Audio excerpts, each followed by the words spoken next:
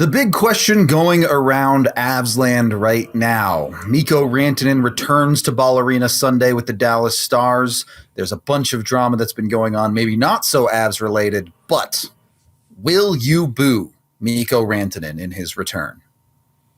Fellas, where do you stand? For me, I think that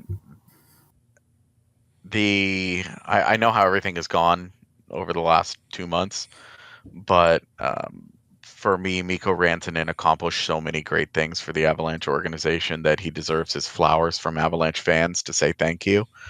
I think all the decisions that he made remove him from contention of our theoretical Garden of the Gods in front of the arena, and I'm not retiring his jersey anymore. But, when he goes into the Hall of Fame, I think he should celebrate the Avalanche portion of his career, and I think Avs fans should rise above the heat of the moment and give him a proper welcome and say thank you. And then as soon as the game starts, you can hate him for the rest of his career. He made that bet. I like that. Well said. What I'll say is, for me, I'm a big Mikko fan. We all know that. Good person, good teammate, good player, superstar. Yeah, good compliment to Mac. All those years. But this guy's been good too. A lot of times when Mac was injured, he was good on his own, and he showed that he can play in this league. Without Mac. That's not to say that they were great together. They were great together. The way I think this was, I don't like booing people. I'm a softie, and I don't like, hurt people's feelings, but, I do believe you look at his 10 years and homegrown, and they reached a summit, right? So that's important. The way I look at it is, when you think you can work in a restaurant, and I'm not sure what the right term is, of cleaning those tables, and then you take all those dirty dishes, and you think you can, one more, then you're loading up, and you've never really done it, and all of a sudden you just fumble it and everything breaks on the ground, and they take it out of your paycheck. For me, that's kind of what Mikko did there. A little bit. I think it took too much at once there. Trying to be a player, a teammate, dealing with the UFA situation. It sounded like there was too much on the plate, and then all of a sudden it just blew up. Is it the agent? Maybe. You are your agent at some point. I do believe it kind of went too far. It went to the point of no return. Next thing you know, he forced the Avalanche hand, and then look back and say, "Whoa, I'm shocked." You know what I mean? So I have a hard time believing that. I just think he just kind of grabbed too much all at once, and he fumbled it. And then he ends up in a market where it didn't go well for him. He didn't like it, and forced the other people's hand. I'm pretty sure. There's one thing I'm going to tell you. I'm pretty sure he's going to get booed in Carolina the next time he plays in Carolina. That is 100% sure. But as far as the Avalanche, hey, you can do whatever you want. At the end of the day, he was a great Av, and he's still and will be one of my all-time favorite Avs. Yeah, I want to get into what you were talking about a little bit there, E, first, but if you want my opinion on it, look, Stanley Cups are forever. Mikko Rantanen is a key part of the new era of Avalanche hockey, winning a Stanley Cup, and that matters. And to me, I can't boo that guy. I can't do it.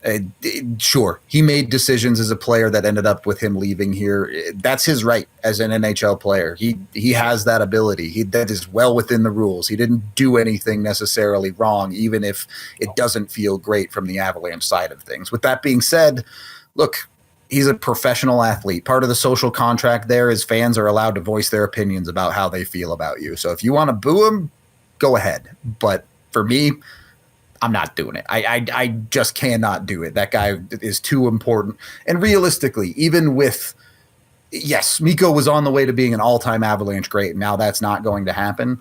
He's still top 5 all-time in points in an Avalanche jersey already. Like, what he's done here is still great, even if he's not here anymore and there's a sour taste in your mouth about it. So I can't boo him. I think this would be a lot tougher. I'm sorry. I think it would be a lot easier for me to be purely negative about him if it was a straight line between him and Dallas. if he Sure. refused to sign here and then he left in free agency and signed the same deal in Dallas. But the Avs moved him. The Avs said, "Hey, look, we can't bridge this gap here." They moved him to Carolina, and then Carolina did what they had to do for their franchise. The fact that he ends up back in Dallas, that sucks for Colorado. But he didn't make the conscious choice to leave in the first place. Right. Colorado did that. Correct. Colorado traded him. And yes, Mikko might have been shocked by all of that. My reporting that I've done, it's all nonsense.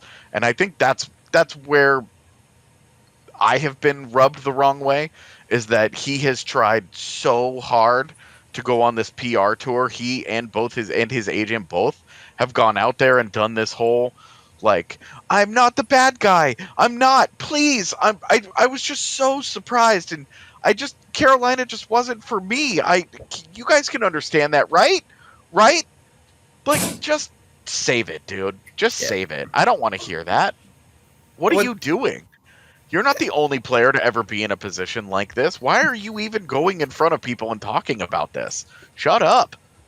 So let me ask you guys, who looks worse in this situation? Because all the stuff has come out about how Mikko said, there's only 4 teams I want to play for. And ultimately Carolina had to move him, in my opinion, because they didn't do their diligence and thought Mikko would just sign with them, and he wouldn't. So is this a bad look for Mikko, or is it a bad look for Carolina? I don't think anybody did anything wrong. I think Carolina tried to win a Stanley Cup, and then when they found out for sure Mikko Rantanen wasn't gonna sign there, and they got a couple of weeks of information of, wow, this has looked bad with him. Then they said, we should flip this guy while we still can, because if they had just said nope and then forged straight through the fire and he signs in Dallas for nothing in the offseason, it looks terrible. That's a horrible outcome for Carolina. True. Well, I mean, so I don't know that. Yeah, go ahead. Like, I don't know that anybody makes a mistake here. I think the worst part of this is all of the public sniping back and forth between them. The Hurricanes, between Rob Brindamore and Eric Tulsky, they have gone out of their way to be like, this guy didn't ever give us a chance, and he didn't like it, and he told us all this stuff. And then Mikko's like, hey, whoa. This isn't true. This is nonsense. And for me, I'm looking at both sides, and as a lover of trashy reality television, I'm like, this rocks, keep going. But as somebody that's looking at this going, why can't anybody in this situation just be professional and say, hey, you know what? It didn't work out, and we all moved on.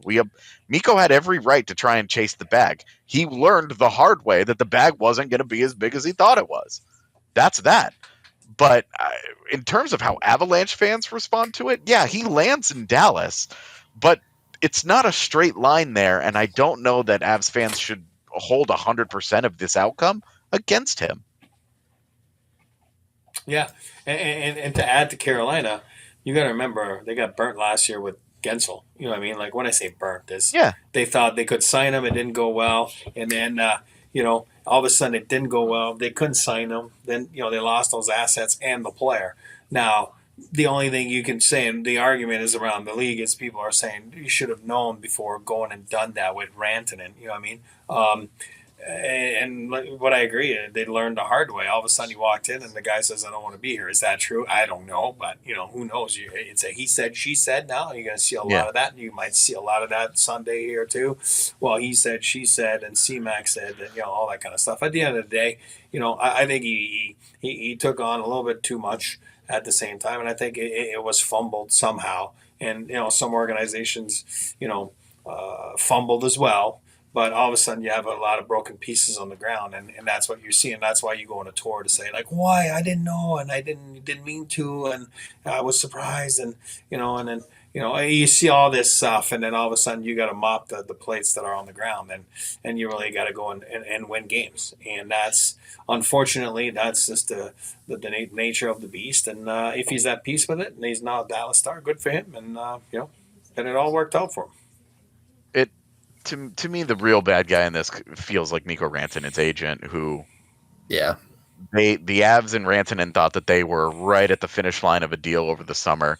The same agent closes the Draisaitl deal and then tells Mikko, hey, I think I can get you this Draisaitl deal or close to this Draisaitl deal, which is substantially more money when you're talking across 7 or 8 years.